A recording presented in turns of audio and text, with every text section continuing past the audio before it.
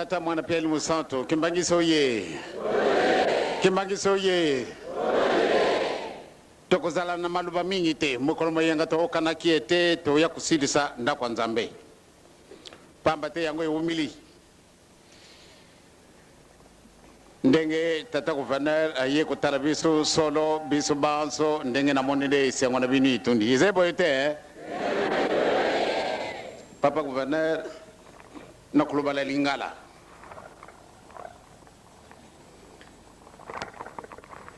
le 12 septembre 1921 mokolo yo bakanga ki papa nazalaki na mbula misato makambo ebebisaki pamba te papa Simon Kimbangu mwana kete malamu de muntu azala libre muntu azala indépendant amitambulisa ye moko na maluba oyo se pesa manaka na tangwana soko ngai namoni esika ba konjina ngai bazali soko tangu susu batu bamoni me mutongo azala ka faible esengo koleka kangai ngai na sala na l'état na sala ka 17 ans mais malgré volonté non surtout ils ne sont pas tout comme bateau. Mon dernier grade c'est le commis-chef. Commis-chef Souka Navasoda pate muto comme adjudant mpasi to kaka adjudant Lufungola tangwana tozalaki kusala na gouverneur oyo akanga ki papa Monsieur Morel. Eh bien, Monsieur Morel, mais yo tango na kangaki tatala yo zalaki wapi ngana luite na zalaki tango kangi papa automatiquement mama na biso banso tokanga maka oh kasi ndenge nini lelo ya kusala na ngai elongo kanisa kaka isika wana soko ngai na kusala na elongo nzambe kaka alingaki ete natala yo na yiba yo penza malamu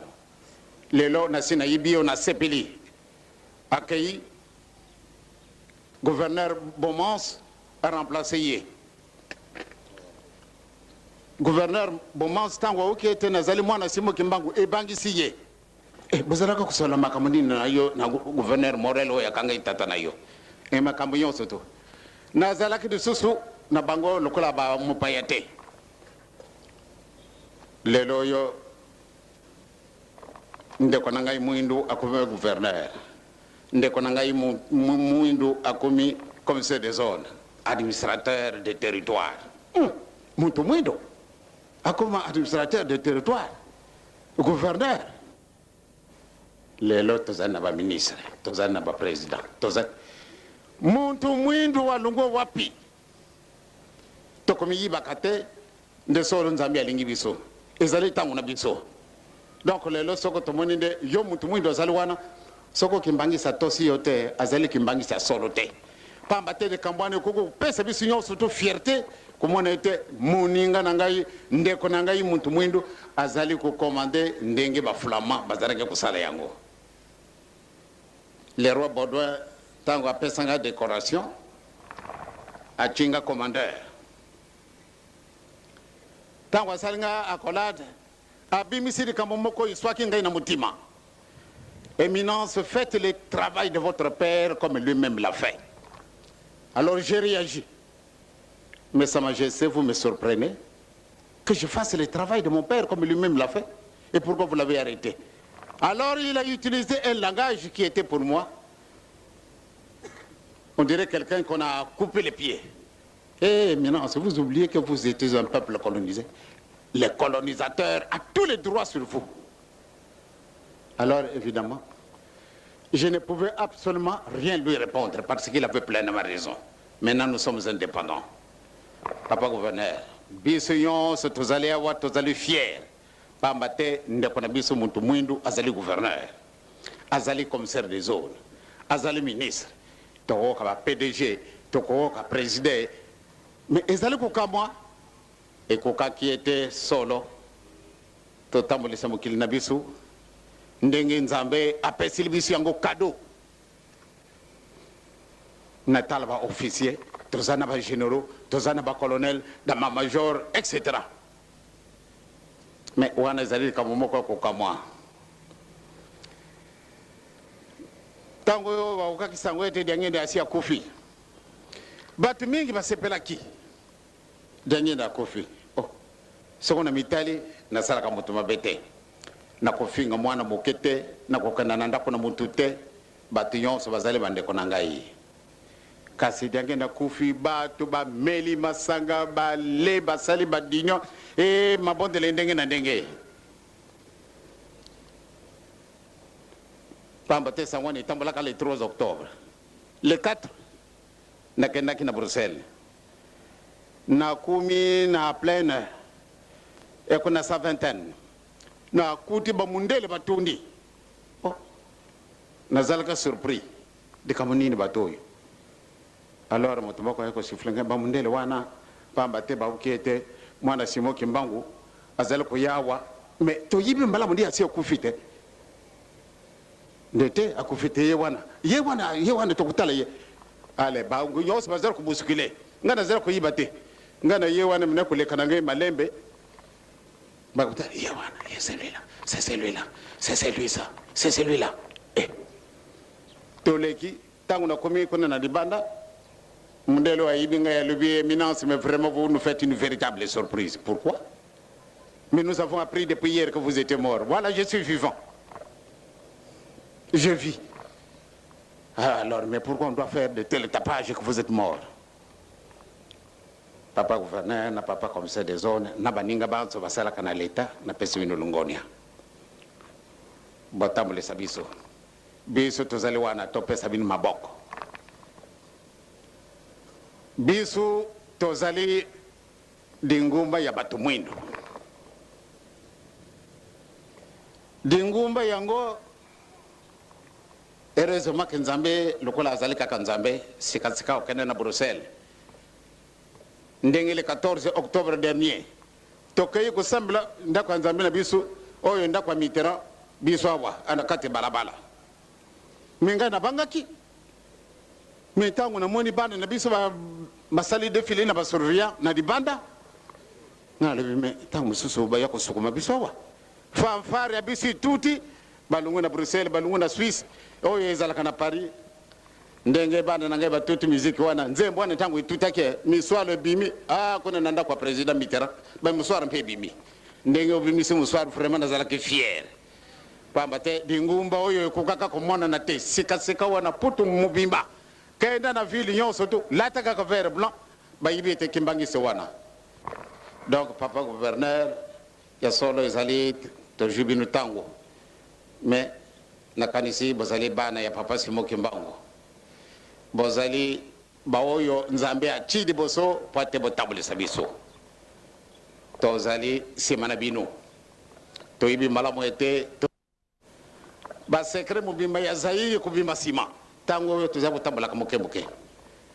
makambo bazali wana kati na mokili mabiso sokoto miyibaka nde mokili oyo ndenge tokobongisa yango kuleka ba mokili nyonso pamba te nyonso tu Nzambe atia yango awa malgré toyiba yango nano te kasi atandele donc papa gouverneur vraiment to sepeli mingi ndenge oyo kutala biso bana soko bamoni bino ba congé abe ba jouer encouragement ba yibe malamu ete batata babusana biso te ba oyo bakotambulisa biso babusana biso te tikate tozala pe makasi peut to continuer quoi améliorer biso nous sommes les enfants pauvres mais ce qu'on moni to vandi boye volonté que zala kana biso pati to sala pambate to zala kana ba vache mère te ba vache mère na biso ezali bino to zala muto ko sala biso te kasi bino batata na biso ba mama na biso waza ko table sa biso eh bien yonso izana biso pousa to ko joyango belé et pas na bino yango na bomona ka ko sala kan tinzani j'étais traité vraiment de tout bien c'est un grand voleur l'exploitation de l'homme par l'homme quelle qualification ba pesinga été kasi et ça qui n'a pas c'était pas batté na été la vérité a toujours fini par triompher donc on a eu mala moité tata gouverneur nous sommes derrière vous eh bien nous sommes vos enfants sala musala na bino biso to mettre bino désordre te sokoto na revendication à faire nous le faisons et raisonnablement pambate tozali bato na mokili tozali bapaya te e mopaya ko ko dicter biso te bosala boyo bosala biso moko ndenge elingi biso ndenge wana tokosala pambate ezali mokili mo biso moko tokobatela nous sommes derrière vous papa gouverneur na papa commissaire des zones et bien vous pouvez compter sur nous merci beaucoup. Kimbangiso oye! Kimbangiso oye! Kimbangiso oye!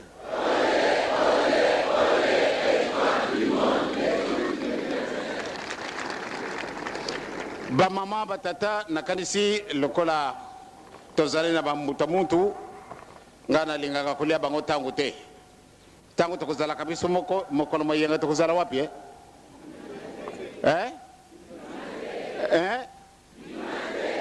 toyiba mala musala muzali na biso tokosilisa ndako ya nzambe oyo tokosilisa ndako ya nzambe ya nyangara tokosilisa ndako ya nzambe ya njili pamba te tosi tobandaki yango malamu nde tokende liboso bino moko bosi boyibi ndenge tokosalaka mosala na biso tozala na bolingo tozala bana na mibeko e tozala bana na misala banda ntango wana nakanisi nzambe ya kosepela biso